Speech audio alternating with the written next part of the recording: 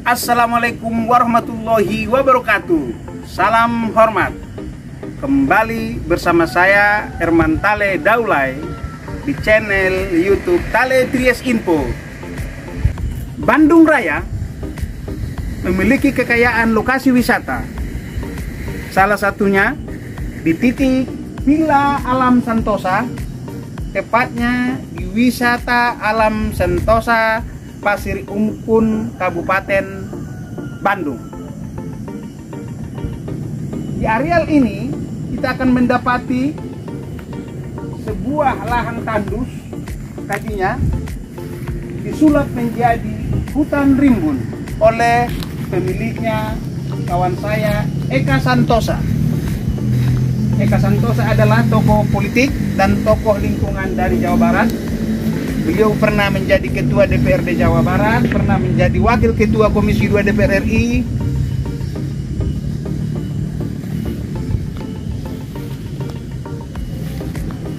Di area ini selain mendapati keaslian pepohonan, kita juga mendapati replika ataupun miniatur rumah masyarakat adat Jawa Barat.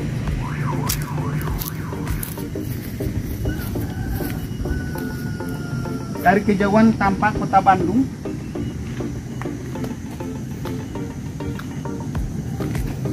Dan kita akan bincang-bincang tipis-tipis bersama Pak Eka Santosa soal motivasi dan visi beliau menghadirkan Villa Alam Sentosa ini.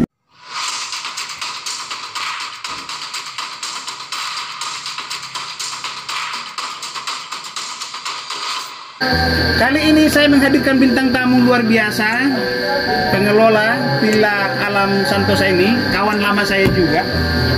Berkenal dengan beliau, saya berteman dengan beliau waktu beliau duduk di Wakil Ketua Komisi 2 DPR RI dari fraksi PDIP.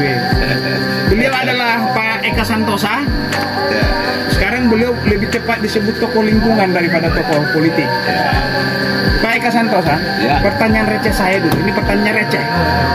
Apa motivasi Bapak menghadirkan Villa wisata ini? Ya, terima kasih Bang Daulay. Terima kasih ya Sampurasun.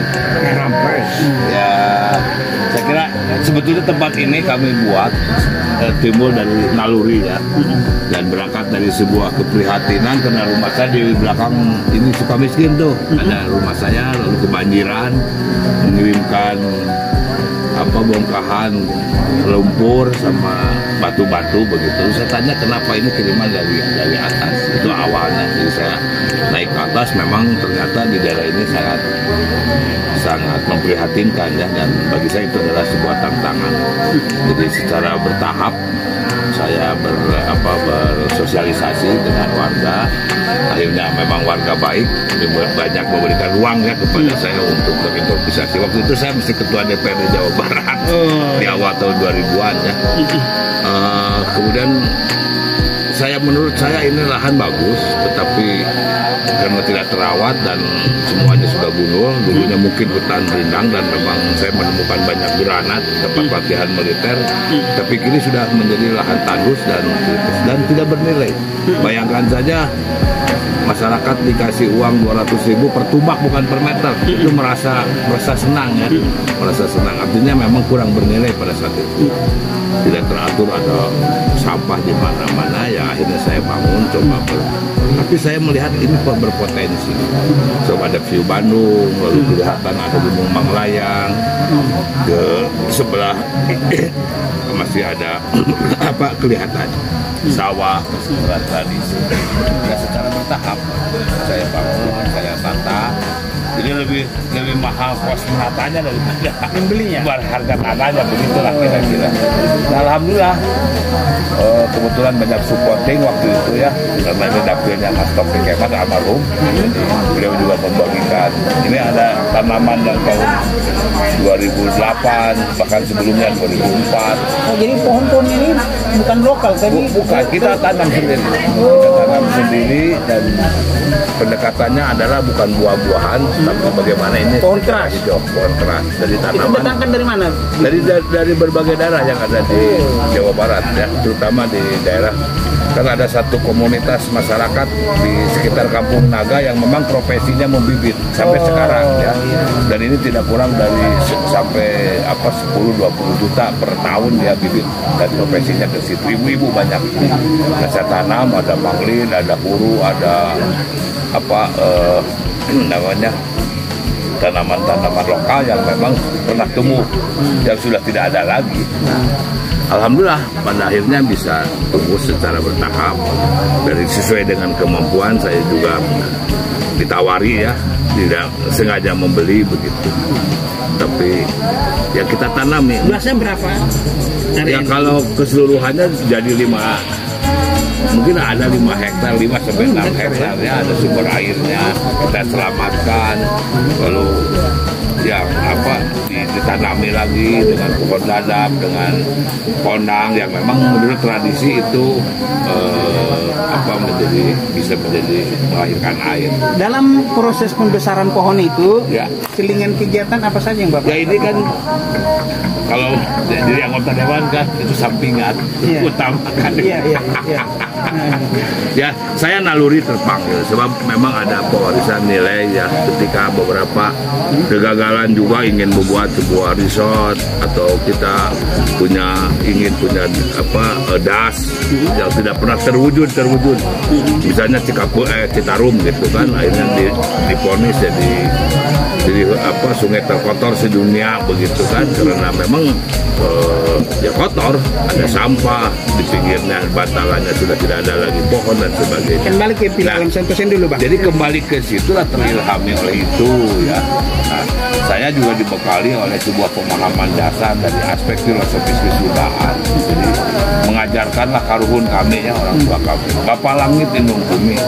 Artinya bagaimana kita harus menghormati alam dan tanah bumi ini sebagaimana kita menghormati orang tua.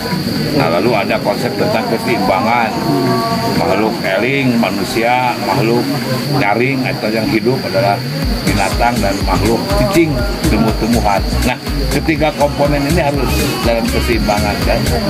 Nah, oleh karena itu kalau hutan rusak, jadi bukan lagi go green. Kalau go green kan ajaran baru ya dari barat. Padahal orang tua kami sudah mewariskan. Leuweung rusak, cai beak, rakyat balangsak. Jadi hutan no forest, no water, no apucer. Jadi kalau hutan rusak, tidak ada air dan rakyat akan sengsara. Nah, filosofis mendasar itulah yang menjadi landasan. Sehingga saya harus mewujudkan, karena mungkin kalau saya teriak-teriak penghijauan tanpa punya wujud nyata, contoh, ya kan susah juga. Ya, di Jawa Barat yang menjadi pusat perhatian Bapak, apa saja Pak? Citarum, Galian C? Citarum, lalu kerusakan, yaitu galian-galian. Lalu soal karena memang faktanya sungai ini sudah rusak kan, 90% hancur ya. Lalu yang di kota sudah 90% berubah fungsi. Rata-rata di kabupaten juga 50% sudah Citarum rusak ya. Nah, atas dasar pemahaman itulah saya harus mewujudkan apa yang menjadi sebuah nilai, dan memang ternyata terjadi ekosistem kan. Nah, di samping tadi ini menjadi amalan saya untuk memberikan oksigen kepada lingkungan dalam rangka karbon begitu ya. Lalu juga kan ini terjadi ekosistem. Saya pelihara juga ikan-ikan endemik lokal yang tergulus oleh industri, misalnya berung panon, lalawak, palar. Ya, jenis-jenis spesies lokal yang sebetulnya ada di Jawa Barat ya, di Sungai Nilem, Tawes. Saya ambilin dari sungai-sungai. Iya, banyak ikan-ikan sungai udah banyak yang punah katanya. Yang punah karena ada industri kimikal dan juga karena penggelusan galian tadi, seperti di daerah Sumedang ya, di Gunung Tampomas. Ini ada punya spesies khusus yang namanya tagih. Alhamdulillah sekarang terselamatkan dan saya simpan di sini. Tadi saya keliling, saya juga mendapati replika ataupun miniatur rumah-rumah adat masyarakat adat Sunda. Ada aja. Jadi begini ya memang kita punya obsesi dulu, tapi tidak terwujud. Ingin ada perkampungan Sunda. Tapi nah inilah yang juga bagian dari ingin saya wujudkan sebagai kesadaran budaya, bahwa kita berangkat dari suatu menjadi bangsa ini kan dari pergerakan budaya. Nah, bukan pergerakan politik awalnya kan, yang Ambon, yang Sulawesi, yang Sunda, yang Jawa ya, yang ini basisnya kan budaya dasar masyarakat adat itu. Nah, kalau ini tergerus dan habis juga kita kan. Jadi kalau tidak ada masyarakat adat, tidak ada Baduy, tidak ada Pontianak, tidak ada Ayamaru di Papua, tidak ada Lauli, Daeli di mana di Nias, tidak ada lagi Danau Toba, ada Siregar, jadi tidak ada Indonesia itu. Kan Indonesia terdiri daripada suku-suku itu. Jadi nah inilah yang mengilhami kami ya, sehingga saya wujudkan dengan arsitek sesuai dengan pemahaman mereka seperti bangunan ini yang konsisten dan ternyata lebih nyaman ya. Pak Eka Santos ini kan dinobatkan atau dipercaya sebagai Sekjen Barisan Olot. Kalau biar pemirsa Talitiris Info tahu apa ini masyarakat ada begini, Barisan Olot ini. Ada agenda tersisa dari komitmen saya sebagai merasa diri sebagai nasionalis untuk bagaimana terpeliharanya asal usul kita dari sisi budaya, yaitu masyarakat adat. Maka pada tahun saya masih di DPR waktu itu sisa akhir ya 2008-2009 saya konsultasi dengan para olot-olot. Kalau dulu kan hanya seremoni, saya datang hanya upacara. Ini saya ingin lebih dalam dan akhirnya dibentuklah Dewan Kesepuhan Masyarakat Adat. Dan memang setelah dikontrol ke dalam, di situ yang sudah tidak nyaman karena hak sipilnya, soal KTP aja jadi masalah karena tidak mau mencantumkan misalnya salah satu agama, lalu kemudian hak wilayahnya yang semakin tergerus, dan banyak jadi hak-hak tani mereka seperti di Gunung Salak, Cipta Gelar, Cipta Mulia. Kalau begini ini tidak terproteksi dan dilihat juga belum ada perda ya, walaupun ada undang-undangnya tentang lingkungannya, tapi kan tidak mendetil. Jadi oleh karena itu berhimpunlah yang namanya Dewan Kesepuhan Masyarakat Adat, yang lebih populernya disebut Barisan Olot untuk Jawa Barat ya. Setidaknya berapa jumlah masyarakat adat di yang terinventarisir terakhir yang memang Jawa Barat? Masih komunal ya, komunal dan menjalankan tradisinya dan dia menjaga leluhurnya, itu ada kurang lebih 30 masyarakat adat iya, masih di Jawa Barat ini. Di Jawa Barat. Contohnya ya mulai dari Cipta Gelar, Sinar Resmi, Cipta Mulia, Sukabumi, lalu ke Bogor ada Urung, Kabupaten Bandung ada Cikonang, apalagi di Garut, Ciamis, Tasikmalaya masih ada. Tasikmalaya, Kampung Sanaga ya, Kampung Naga di Garut ada Cikelet, Pulau Betuwangi, banyak. Mereka ini mau Bapak coba representasikan di villa ini ya. Dan memang ini sekretariatnya. Akhirnya kan tempat berkumpulnya para olot-olot ya. Dan olot-olot ini kan bukan hanya dari aspek sederhana komunitas, tapi dia juga memiliki filosofis, memiliki kemandirian. Jadi kalau berbicara ketahanan pangan ya mereka bertahan tanpa minta pupuk, tanpa minta bibit, tanpa minta masker. Malah pandemi ini masyarakat Baduy katanya nggak ada corona di sana katanya Pak Eka. Mereka kan itulah ke pahlawan ketahanan pangan sebetulnya. Makanya kemarin waktu Pak Menteri datang ke sini, saya kasih tema itu bahwa masyarakat sana itu benteng terakhir ketahanan pangan. Terakhir dikasih diberi gelar adat. Jadi gini. Sampai terakhir Pak, kalau salah Pak Menteri Pertanian ya? Karena begini, ini kan olot-olot tajam juga penglihatannya, nalurinya, lalu sering berdiskusi, dan itu sama dengan apa yang dikaji oleh ahli-ahli bahwa dari masa pandemi wabah lah kami sebut ya, tidak COVID-19 orang adat ini harus bangkit dan pilihannya adalah bagaimana kita bertahan untuk tidak kelaparan.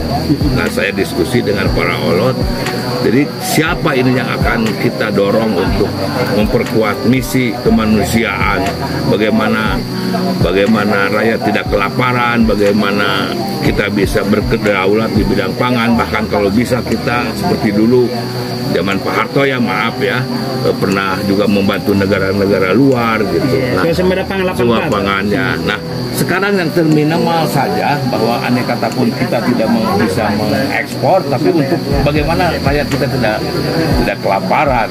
Nah, setelah dilihat dikaji oleh para olot, wah, Pak Yassin Limpo ini seorang pekerja dan birokrat yang memang memiliki perjalanan.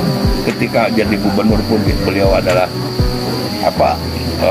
bisa menswasembadakan pangan di daerahnya. Lalu kemudian sekarang juga dipercaya bukan hanya sebagai Menteri Pertanian Republik Indonesia, tapi jadi ketua G20 ya, artinya kan mempertaruhkan nasib bangsa-bangsa, bukan hanya bangsa Indonesia di bidang ketahanan pangan. Nah, ini harus diperkuat gitu dan layak untuk diberikan sebuah penghargaan.